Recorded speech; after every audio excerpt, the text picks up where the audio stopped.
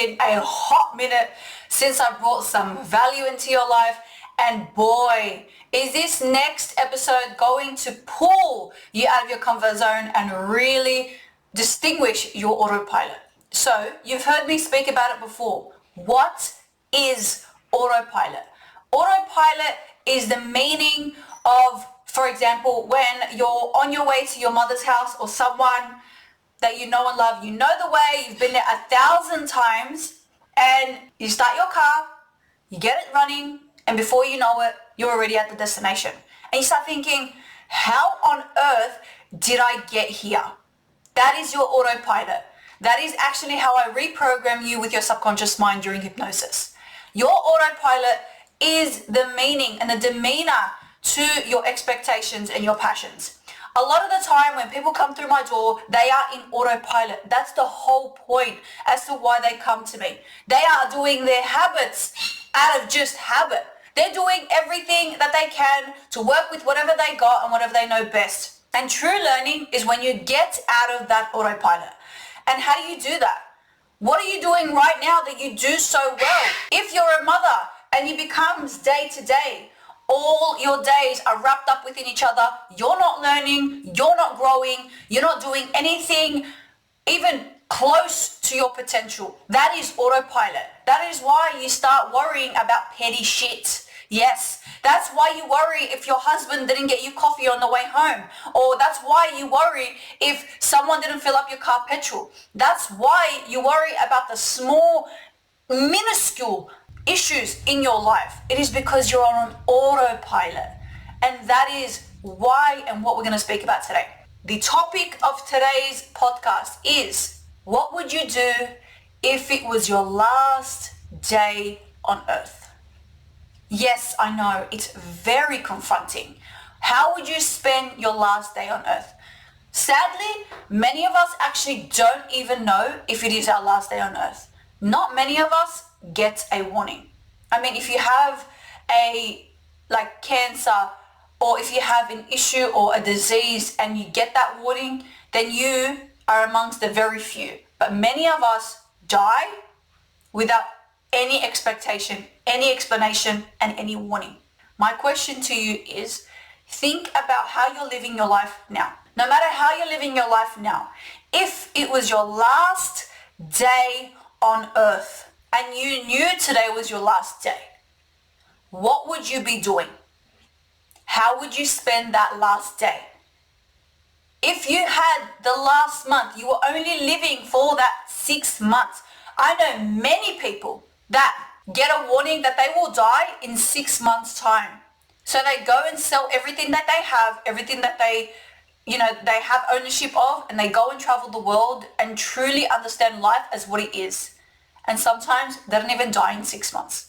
What if you had 6 months to live? What if you had 24 hours to live? How would you live your life? How you live your life would actually depend on what you're doing right now in order for you to change it. That is the imprisonment that your comfort zone keeps you in. Sadly, if you're like me, I was in autopilot from different times in my life, different aspects, different, positions, different, times in my life where I was in autopilot. When I first had my first child and the days started to get wrapped up against each other, that was autopilot. When my business started to get really, really, really good, I was in autopilot. There are times in your life where you become autopilot. You do everything automatically. You know it so well. You know the way to your child's school so well. You know the way to your mum's house so well. That is autopilot. But what if you're living your life in autopilot? That is your subconscious programming. The reason why you suffer from anxiety is because you do the habit so well. The reason why you suffer with binge eating is because you do this habit so well. The reason why you procrastinate and you get overwhelmed is because you do the habit so well. So what I'm doing here is I'm pushing you against the comfort zone, against what you're thinking, against the grain, to push you out of your comfort zone so you can create the pivot point in your life. That is what we're doing here today. So my first question to you guys is, what would you do if it was your last day on earth? How would you spend it? Who would you see? I was asked this probably last week, And I asked myself, okay, if it was my last day on earth, what would I be doing? And I said to myself, well, I cannot control if I was to die. You can't control it, guys. It is the only thing that is guaranteed in this life, death. It is the cold, hard truth. Death is the only thing that is guaranteed beyond reasonable doubt to us. So yeah, you're going to have to be comfortable for death. Every single day you wake up with the possibility of you go to sleep without the possibility that you're going to die. That's the truth. That's the cold, hard truth. It is inevitable that we are going to die. So every single day on this earth, we're numbered. They're numbered. From the moment that you're born, you have a specific amount of days to live on this earth. Some people die of old age, some people die as babies, and some don't even live at all. Drake says it best. Everyone dies, but not everybody lives. Go back to what it means. What does it mean, not when everyone lives? Well, there's two reasons. Not everyone has a chance at life, actually lives their life to the fullest potential. But not everyone actually gets the chance to live in this life. That is the cold, hard truth. And the faster you understand that, the faster you're going to be like, okay, well, what on earth am I doing? In your job right now, do you love it or do you just do it so you can get paid? If you were to do something for free for 1 year before you get paid, what would it be? And the funny thing is, I did coaching for 1 year for free before I started my business.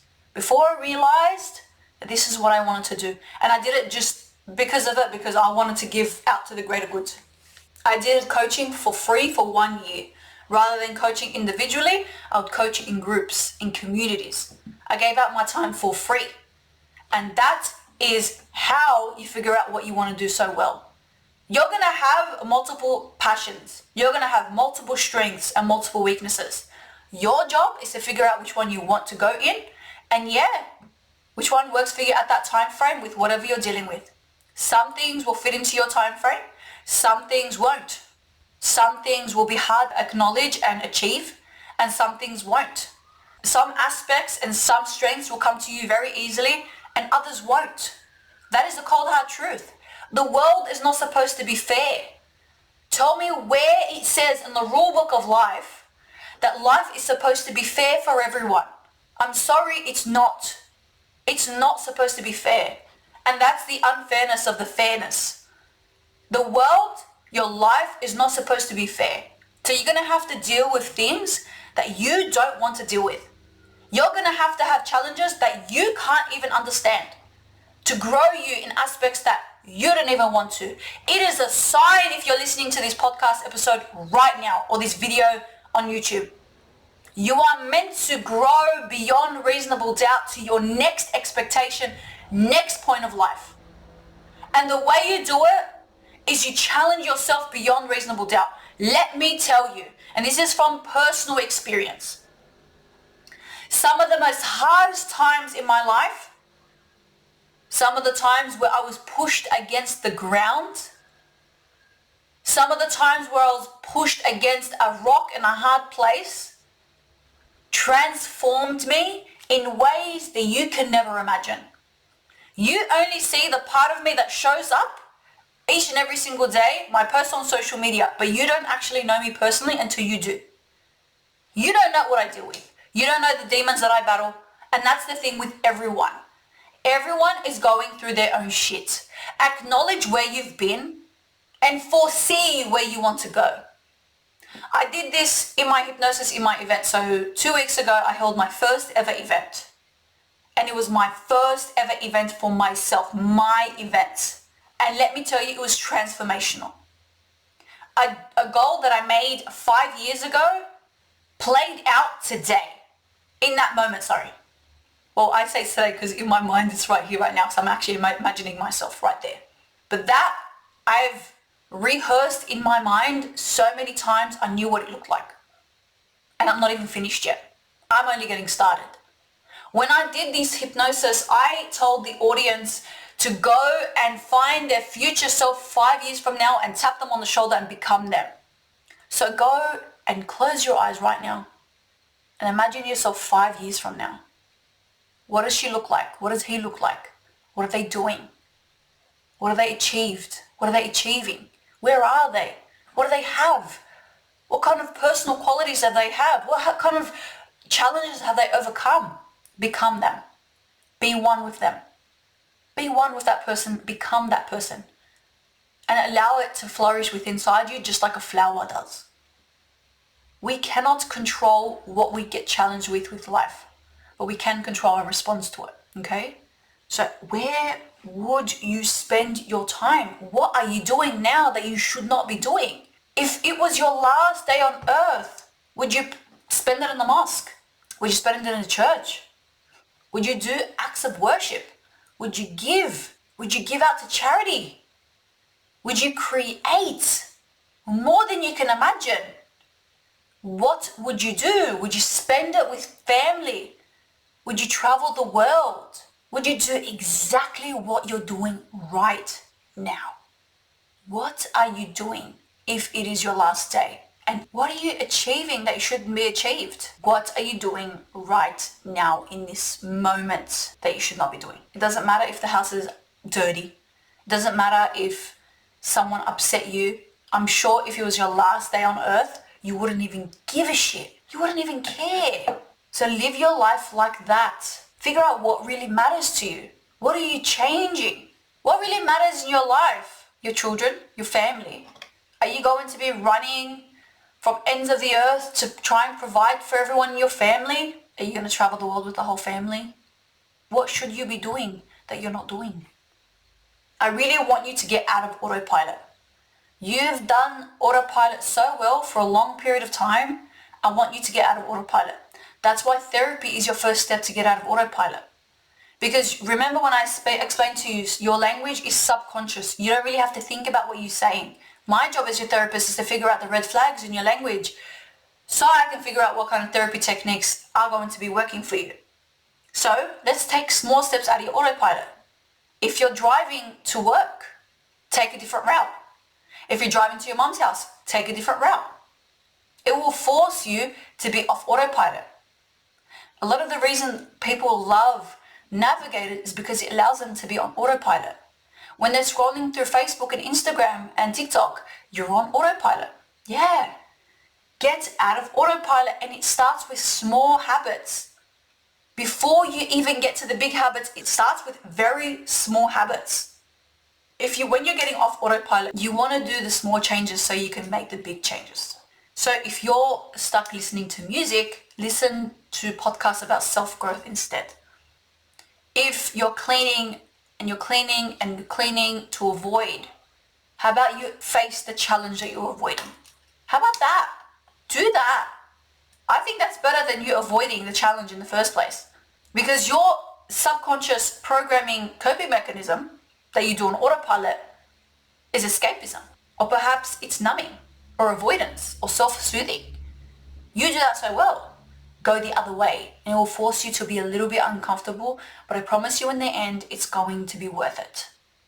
Yes, get used to getting out of your comfort zone. Get used to challenging yourself every single day. And I say this to my clients, if you want to get out of autopilot, and I'm going to give this to you as well, if you want to get out of autopilot and if you want to face your fears, you need to do one thing that scares you every single day. So Safa, what do you mean by that? Well, if speaking to large crowds scares the shit out of you, then do that once a day. If speaking up for yourself scares the shit out of you, then do that every single day. If ordering your own coffee, yes, I've done this before, and I've witnessed people get scared of ordering their own coffee, so they let their spouse or their partner or their friend to order their own coffee. You do that. Every single day, you should do one thing that scares the shit out of you, because that is growth and forces you out of autopilot. There is a reason why the graveyard is the most richest place on earth. It's where dreams go to die, ideas go to wallow away, and where people died in their comfort zone. The graveyard is the most richest place on earth. It's all the have-beens, the should-haves, the would-haves, the could-haves. There is a reason why the graveyard is the most richest place on earth. It's because where dreams go to die and people die inside their comfort zone. So people don't really live. If you're on autopilot and you're doing the exact same shit all over again every single day, day in, day out, you are not living. So you can already say you're already dead, sadly. Yes. Cold, hard truth. You are already dead. So my question to you is, what are you going to do today to change that? It all starts with small little increments of changes. Every single moment, you make a decision on whether or not you're going to succumb this challenge or fall into your comfort zone and collapse and crawl into your little ball and kind of defense mechanism. My last question to you is, are you really living for yourself or are you living to please for others? And where is that going to get you? What kind of person would you be if you stopped listening to those people and stopped allowing these people's stupid bullshit phrases, negative connotations, and their opinions of you dictate where you go in your life? Do you stop doing other people? Stop doing and living your life for other people, because I'm sorry, you are going to be in your graveyard and no one is going to care. Yeah. I think I heard this from a death doula herself. She said on average, people visit the grave of their loved ones for about maybe average 3 or 4 years before they move on. That is the average. So what are you going to be remembered on earth for? What would you have achieved? Where is your legacy? Where is your legacy? What are you achieving right now that you can be proud of? And are you living to your fullest potential? Yes? Great, keep going. No? Then this podcast would have been triggering. And triggering is the first sign of growth.